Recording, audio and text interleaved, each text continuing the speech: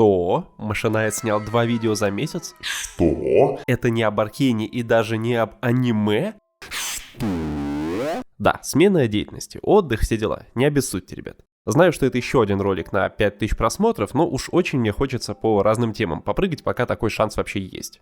К тому же, мне кажется, что если вы тут не конкретно за Аркейном, а за инсайтами про сторителлинг и вот это вот все, то тут вам может быть интересно, даже если игрушки вам не близки. Ну а если вы из первых, то сейчас главное не бухтеть. Знающие люди говорят, что просто до ноября надо дожить, а там... Для тех, кто давно следит за каналом, чатом, стримами, не будет сюрпризом, что я люблю видеоигры. Я, обожаю видеоигры. Для меня это и хобби, и работа, буквально целая жизнь. И совершенно особое место в ней, буквально трон самой лучшей, самой значимой, самой важной игры занимает Dota, занимает Dark Souls. О ней сегодня и хочу поговорить. Да, с опозданием лет на 7, но тейк у меня, судя по тому, что люди по-прежнему спрашивают, будет ли Dark Souls 4, вроде не такой распространенный. Хочу все же озвучить, пусть сохранится в истории. И да, это снова ролик про смыслы, не вполне про игру как таковую, поэтому я постараюсь дать весь необходимый контекст для тех, кто далек от серии, но хочет послушать. Однажды мой добрый друг Сириус выпустил видео о том, как ему Subnautica помогла победить игровую импотенцию. Проблема серьезная, не смейтесь. С ней сталкивался и я сам, и вообще целая индустрия игр. Захилиться всем нам тогда помогла как раз моя любимая франшиза, которая смело ударила по кинематографичности, простоте и доступности, захватившим рынок, своей неказистостью. Где у нормальных игр были обучающие уровни, там Миядзаки сажал босса, который новичка без прелюдий забивал в землю. Где мейнстримные разработчики рисовали стрелки и услужливо выводили в угол экрана список задач, там Dark Souls ограничивалась одной репликой NPC на первые часов 20 геймплея. Где у бестселлеров были кат-сцены и диалоги, там у From Software...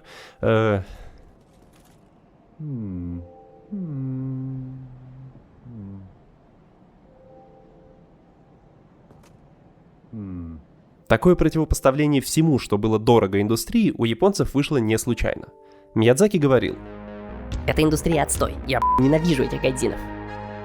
Ну ладно, может не совсем так, но посыл был похожим. Он полагал, что индустрия слишком уж увлеклась погоней за казуальным геймером, позабыв в процессе о том, за что многие изначально вообще влюбились в игры, и попытался вернуть утраченное, реальный челлендж и удовольствие от чувства преодоления. И ладно, геймплей, боссы, там сложная боевая система, все понятно. Но преодолевать в игре нужно в итоге было даже сюжет, собирая его из тысячи разрозненных кусков в описаниях оружия и предметов. Тут реально нужно трудиться, чтобы обрисовать для себя хотя бы общие границы происходящего. Неудивительно, что многие поначалу считали, что в Dark Souls вообще нет полноценной истории, а ряд контент-мейкеров в итоге построили себе неплохие карьеры на ютубе, литературно объясняя людям, что они пропустили. С тех пор Soulsborne вселенная разрослась до уважаемых размеров. Есть тут и Demon Souls, и трилогия Дарков, и Bloodborne для настоящих ценителей, и Sekiro для самураев. И теперь вот Elden Ring тоже подъехал. Глядя на это, далекие от серии наблюдатели часто обвиняют Миядзаки в том, что он придумал рецепт успеха и теперь уже 15 лет делает одну и ту же игру. Однако сам геймдизайнер еще на заре карьеры объявил, что терпеть не может сиквелы как таковые и предпочтет всегда делать новые игры. Тут-то и возникает забавное противоречие, которому посвящен ролик. Опустим споры об Elden Ring и Bloodborne. Как можно заметить, даже конкретно с веткой Dark Souls у японца остаться верным своим принципам вроде как не вышло. Игра получила целых 2 продолжения. И пусть вторая часть — это незаконно рожденное дитя студии, вышедшее за спиной маэстро, трешка действительно принадлежит перу Миядзаки. Но согласитесь, хочется же воскликнуть: «Лицемер!» Но я с этим высказыванием поспорю. Ведь, на мой взгляд, третья Dark Souls, сиквел сиквела то есть, в то же время оказывается очень ярким авторским высказыванием против этих самых продолжений в индустрии. И тот факт, что вот эту вот свою антагонистическую повестку Миядзаки удалось уместить в игру, которая сама по себе стала архиуспешным продолжением, да, коммерческим продуктом, вроде как для высасывания денег из фанатов франшизы, это, по-моему, абсолютно великая постмодернистская движуха, о которой недостаточно громко говорят. Попробую это исправить.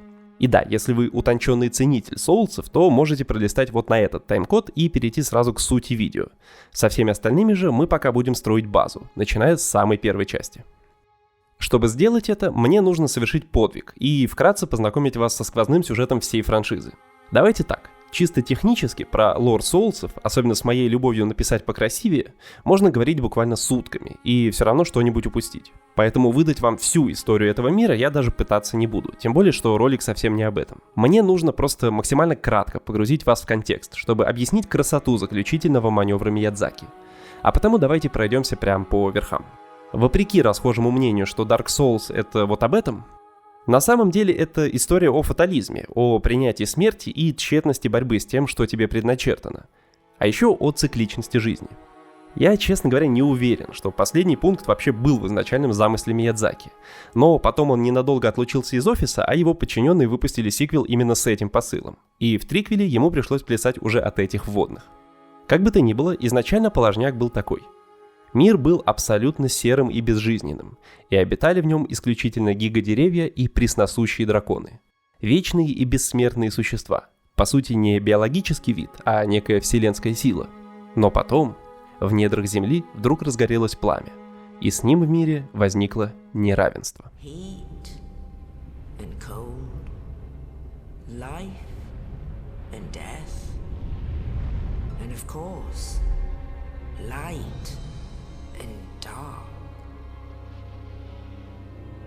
В новообразовавшейся тьме под землей родились они.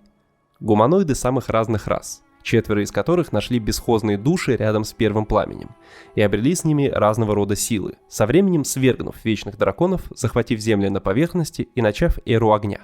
Вполне себе такую эпоху процветания, какой мы себе представляем ее в любом средней паршивости фэнтези. С величественными замками, храбрыми рыцарями, развитием науки и искусства, караванами, которые можно грабить.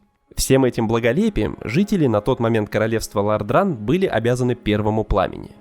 Оно фактически питало все жизненные ресурсы новой эпохи, но со временем, как и любому пламени, ему было суждено потухнуть, ознаменовав таким образом эру, соответственно, тьмы. Таков просто естественный ход вещей. Однако верховный правитель лорд Гвин, тот самый, что нашел одну из великих душ под землей и сразил драконов, воспротивился, когда первый огонь стал тухнуть, а его эра огня подходить к, казалось бы, неизбежному концу.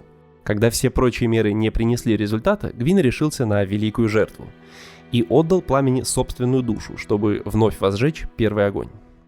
Вся предыдущая главка видео предваряет события оригинальной Dark Souls, которые начинаются спустя энное количество лет после жертвы Гвина, когда первое пламя вновь стало затухать. Главный герой, хорошенько пожеванный андед, приходит в себя на отшибе мира и знакомится с пророчеством, которое знают все представители его вида. Однажды избранный андед пройдет по стопам Гвина, принесет собственную жертву пламени и продлит эру огня, а сам, таким образом, станет королем этих земель. Путешествуя по Лордрану, герой встретит массу других андедов, которые считают именно этот путь своим предназначением. Но на деле дойти до конца суждено, конечно, именно протагонисту. Топая вперед, он благополучно зарежет множество великих героев прошлого, насытив их силой собственную душу, а в конце встретит и самого Гвина, вернее его истлевшую оболочку, инстинктивно защищающую первое пламя. Ну а после победы над лордом окажется перед дилеммой. Что делать? Возжечь костер и продлить эру огня еще раз или просто уйти, позволив пламени со временем окончательно угаснуть? Если особо ничего не читать, не вникать в смысл происходящего и полагать Dark Souls обычной фэнтезийной игрушкой про спасение мира, то выбор этот можно даже и не заметить за нехваткой объяснений. Вначале ты слышишь о пророчестве, через часов эдак 50 или 70 добираешься до конца и видишь затухающий костер. Получается, надо возжигать? И это, если подумать, очень крутая иммерсивная штука сама по себе. Обычно в индустрии с этим словом связывают всякий там ролевой отыгрыш, типа возможности выбрать сарказм в диалогах или там посидеть на стуле почему-то. В Dark Souls никакой интерактивности и вариативности такого рода нет и в помине, но зато вы с вашим героем оба одинаково плохо понимаете, что тут вообще происходит. И двигаетесь вперед, ведомые исключительно стартовыми данными про какое-то там первое пламя, которое вроде как надо возжечь. И в случае, если вы так и дойдете до конца и там, не разбираясь в вопросе, просто исполните свой якобы долг, то по сути станцуете под дудку Гвина и его пророчества. Поступите ровно так, как и должен был поступить убежденный в своей исключительности андед. А вот если по ходу своего квеста вы решите остановить непрекращающуюся резню и попробовать разобраться, что и зачем вы делаете, то обнаружите вдруг, что во всей этой вроде бы благородной Одиссее есть разного рода нестыковки. Если эра огня — это так здорово, то почему города и земли, которые мы исследуем, находятся в таком страшном упадке? Почему улицы наполнены ожившими мертвецами и ужасными чудовищами? Почему Гвин, путь которого мы вроде бы мечтаем повторить, превратился в монстра и погиб от нашей руки? Опираясь сугубо на термины, можно обмануться и применить здесь привычную сказочную мораль. Ведь эра огня звучит явно лучше, чем эра тьмы. Однако, как можно было заметить выше во фрагменте трейлера, у Миядзаки устройство мира написано куда изящнее. Смерть и жизнь, свет и тьма — это все части одного целого. Они не разведены по нравственному или эмоциональному спектру, они просто есть. И однозначного ответа, что лучше, здесь никто не дает. В таком случае вопрос, который игрок ставит перед собой в конце, действительно приобретает характер полноценной моральной дилеммы. Ведь, путешествуя по игре, трудно не заметить, что с миром что-то не так, что он страдает. Так может быть, отпустить? Дать огню догореть?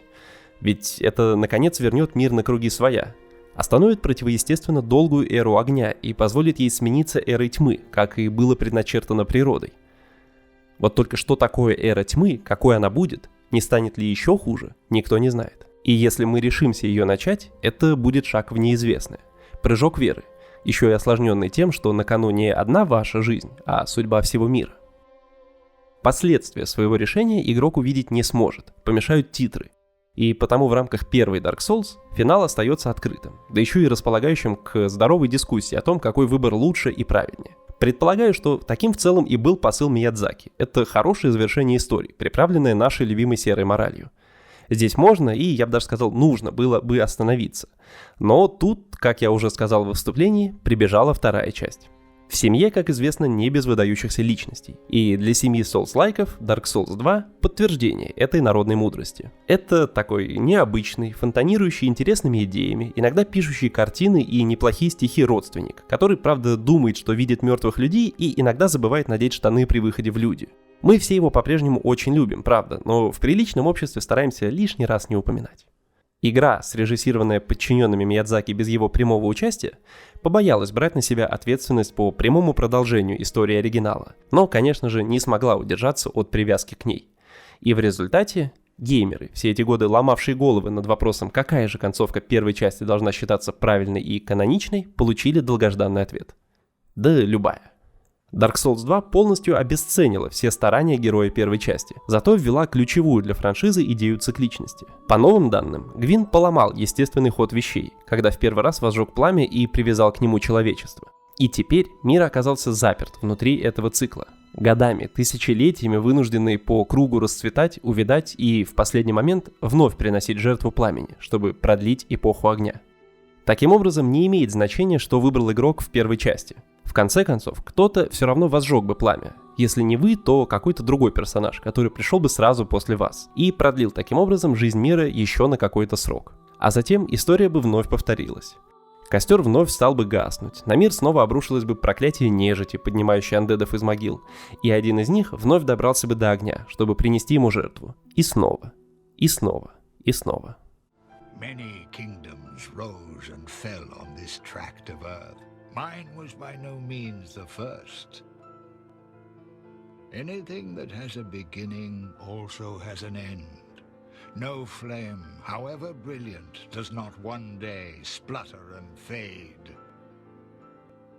But then, from the ashes, the flame reignites and a new kingdom is born, sporting a new face.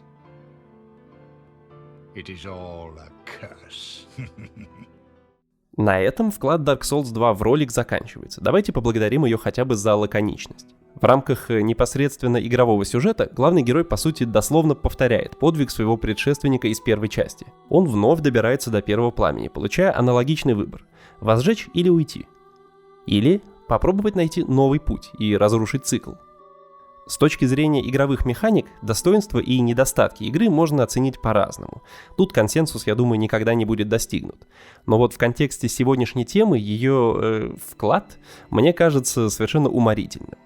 Задолго до ее выхода Миядзаки заявил о своей неприязни к сиквелам. И вот, сделанный без его участия сиквел, его магнум опуса, расширяет картину вселенной таким образом, что открывает в теории простор для создания еще 1000 продолжений. В других витках этой бесконечной спирали возожжения огня. Ну, разве не иронично? И вот мы наконец добрались до Сабжа. Dark Souls 3, как бы это странно ни было, начала разрабатываться еще до выхода второй части. Мне нравится думать, что Миядзаки уже тогда все понял и решил спасать положение. Игра вышла в далеком 2016 и сделала все то, что и поныне делают все релизы From Software. Отлично продалась, собрала высочайшие оценки и вызвала новое цунами критики в адрес студии за то, что та исписалась еще в 2011 и теперь просто клепает самоповторы. Впрочем, в этот раз хейтеры действительно могли ликовать. Из всех продуктов Миядзаки Dark Souls 3 это, пожалуй, самый уязвимый для такого рода претензий. Даже не сиквел, а триквел франшизы, которая и так разнообразием в глазах народа не блистала. Все те же щит и меч, кувырки, те же бэкстабы и парирование, даже буквально та же история. Первый огонь вновь стал затухать, и главному герою вновь нужно пройти по миру мрачным жнецом, собрать свой урожай душ и в конце спалить их, дабы возжечь пламя. Серьезно? В третий раз? Ну сколько можно? Часть игроков на форумах, как и положено, была в ярости. Смешно, что все написанное тут — это чистая правда. Игра действительно бесстыдно реюзает старые ассеты и очень упорно отказывается отходить хоть на шаг от канонов. Но именно в этом, как это ни парадоксально, и кроется ее идейная новизна. Буквально всю Dark Souls 3, на первый взгляд, можно считать как один большой оммаж первой части.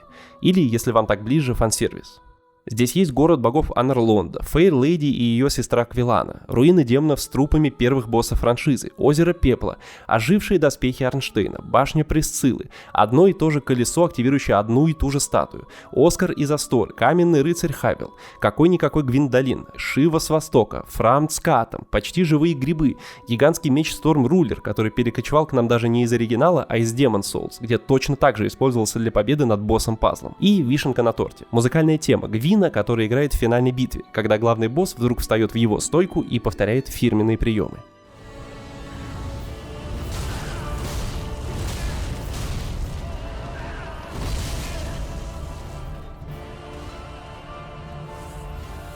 Да что уж там, не нужно даже обращаться к прямым цитированиям. Вот стартовая зона, по сути одно большое кладбище андедов. Первый босс, призванный отсечь недостойных, и Firelink Shrine в роли домашнего хаба. За ним величественный замок, виверна, заливающая мост огнем, канализация с крысами, парки и зоны отдыха, горнило первого пламени. Это буквально то же самое путешествие. Любой игрок, который проходил части франшизы в верном порядке, придя в Dark Souls 3, вначале очень приятно обрадуется, встретив так много отсылок к любимой части. Но затем, мне хочется верить, все-таки почувствует холодок, если попробует вглядеться получше. Как если бы нашел в подвале родного дома любимую детскую игрушку, которую не видел уже лет 20, и, взяв с радостью в руки, обнаружил, что та покрыта какой-то липкой слизью, а внутри давно поселились черви и плесень. Все эти локации, несмотря на огромный рост качества графики по сравнению с первой частью, выглядят гораздо более мертвыми, серыми, безжизненными, страдающими, с головой заваленными пеплом. Будто бы специально пытающимися угодить ветерану франшизы, и оттого фундаментально сломанными, не понимающими, что они сами-то из себя представляют без этих метанарративных отсылок к другой игре. Первый же босс, на самом деле трагичный герой из прошлого, который сам стремился возжечь огонь, посреди боя вдруг буквально взрывается, превращаясь в безликое бесформенное черное месиво. В официальном гайде таких существ называют неприятным термином «человеческий гнойник», и встречать их игроку предстоит повсеместно. Любой, даже самый простой и ссохшийся моб может вдруг лопнуть и превратиться в эту странную штуку, в своей подвижной, вечно меняющейся форме, то и дело принимающей знакомые всем алдам очертания. Величественный город богов Анарлонда в первой части встречает героя теплыми лучами солнца на золотых скатах крыш. Даже если снять иллюзию и обнаружить, что город давно погрузился во тьму, он все равно остается чистым, почти что гостеприимным. Как будто ты просто не застал хозяев дома, но они могут с минуты на минуту вернуться. В Dark Souls 3 этот город гниет. Некогда монументальный зал в руинах. В углу разлагается труп кузнеца, который помогал герою первой игры. А в комнате за туманом, где ранее состоялась одна из самых ярких битв в истории франшизы, теперь обитает червяк-людоед, наполовину сожравший последнего бога Гвиндолина, и теперь управляющий верхней частью его тела, будто марионеткой. В реалиях Dark Souls ты привыкаешь к монстрам, но если задуматься, это ведь чудовищно, разве нет? Вся третья часть — это история мира, который проживал, переварил и выплюнул сам себя, который очень устал, выдохся, перегорел, который должен был ярко вспыхнуть и благородно потухнуть, уступив место чему-то новому, но не смог этого сделать, и с тех пор заново разгорался так много раз, что превратился в жалкую пародию на самого себя. Когда главный герой добирается до конца и сражает босса, то получает традиционную для серии возможность возжечь пламя, запустить еще один цикл. Однако в этой сцене и в помине нет уже былой торжественности. Нет яркой вспышки, знаменующей собой начало новой эпохи. Все колоссальные усилия главного героя, все собранные им души оказываются способны высечь лишь пару искр. И все, что остается делать протагонисту, это смиренно ждать конца, глядя на угасающее солнце. От прежнего пламени остались лишь тускло тлеющие угли. Кажется, пришло время, наконец, дать им остыть. Мне кажется, метафора довольно прямая, и меня удивляет, что настолько многие поклонники франшизы ее не считали. Оригинальная Dark Souls, уж простите за пафос, была таким ярким пламенем, которое разгорелось и подарило новую жизнь индустрии From Software, да и самому Миядзаки, который зарекомендовал себя на международном рынке. Однако даже такое яркое, животворящее пламя должно, считает Миядзаки, сыграв свою роль, естественным образом затухнуть, чтобы освободить место чему-то новому. Да, неизведанному и потому страшному, может быть хуже продающемуся, но позволяющему творцам сделать что-то с нуля, рассказать свежую, самостоятельную историю, не обремененную оковами прошлого. Возжигать пламя, возвращая его к жизни еще на один цикл, технически можно, если очень хочется. Конкретной студии 2 раза вполне удалось, судя по оценкам. Однако Миядзаки открыто предупреждает, чрезмерное увлечение этим процессом ведет к вырождению, к потере идентичности, к тому, что даже самые яркие из достоинств однажды утратят свой блеск и превратятся в недостатки. В погрызенные и недопереваренные отсылки, которым даже преданные фанаты уже не смогут быть рады. Создавая 3-ю часть, Миядзаки устроил своеобразный творческий эксперимент. Попытался представить, как должна выглядеть история, которой уже нечего сказать, но которая все-таки должна продолжаться. И получил этот сломанный, перекошенный мир, который буквально схлопывается на наших глазах, рушится внутрь самого себя. Концовки предыдущих частей серии оставляли игроку простор для спекуляций, для какой-то надежды, что одна из этих опций приведет мир к лучшему будущему. Но в Dark Souls 3 все варианты ощущаются одинаково трагичными. Становится ясно, что этот мир уже на пределе, и выбор, стоит ли ему продолжать жить, уже как будто бы и не совсем в наших руках. На этом можно было бы закончить. Вкинул такой весь из себя заумный тейк и ушел в закат, предложив вам поспорить с моими выводами. В рамках основной игры это вполне возможно. Все-таки это Dark Souls. Любые рассуждения здесь происходят с вилами по колено в воде. Однако после Миядзаки выкатил DLC. Оно-то, как положено, и ставит настоящую точку в этой истории. События DLC происходят в городе вне времен, охраняемом Филианорой, дочерью того самого Гвина, которая теперь спит вечным сном и таким образом защищает это место от воздействия любых внешних сил. Добравшись до нее, главный герой может разбудить богиню, обрушить на локацию лавину прожитых лет и увидеть настоящий конец франшизы Dark Souls. Бескрайние пепельные дюны на руинах тысячи королевств. Так выглядит мир, который дошел до крайней точки после тысяч, а то и миллионов жертв первому пламени. Великие герои прошлого были побеждены бесчисленное множество раз после своих возрождений. Архитектурные шедевры разрушались и возвращались снова, чтобы в конце концов составить вычурный ансамбль на собственном кладбище под толщей пепла. А последние выжившие, с трудом волоча свои рассыпающиеся тела, вот-вот станут жертвами обезумевшего в своей жажде душ рыцаря-раба Гаэля. И все это вне зависимости от того, какие решения принимали лично вы. Чуткий игрок без труда считает параллель, скрестив мечи с заключительным боссом. В этом проклятом, разрушенном времени Гаэль выполняет ту же роль, что игрок в своем. Бесчисленное множество лет он просто, по сути, зачищает мобов в этих локациях, чтобы собрать с них души, потеряв счет времени и забыв, для чего вообще изначально вступил на этот путь. И, конечно, остановить его кровавую жатву должен именно игрок, чтобы увидеть в отражении клинка себя и суметь остановиться. Перестать задавать на форумах вопрос: так а что, Dark Souls 4-то будет? Ведь серия уже ответила на этот вопрос напрямую. Ну а в самом конце Миядзаки решает сорвать с метафоры все покровы. После победы над Гаэлем игрок получит артефакт под названием «Кровь темной души» Blood of the Dark Soul, и у нее есть только одно предназначение. Она должна стать краской для одинокой художницы, которая надеется написать с их помощью новый мир. Ведь этот, наконец, должен уйти на покой. My thanks, Ashen One. I will assuredly finish the painting of a cold, dark, and very gentle place. One day, it will make someone a goodly home.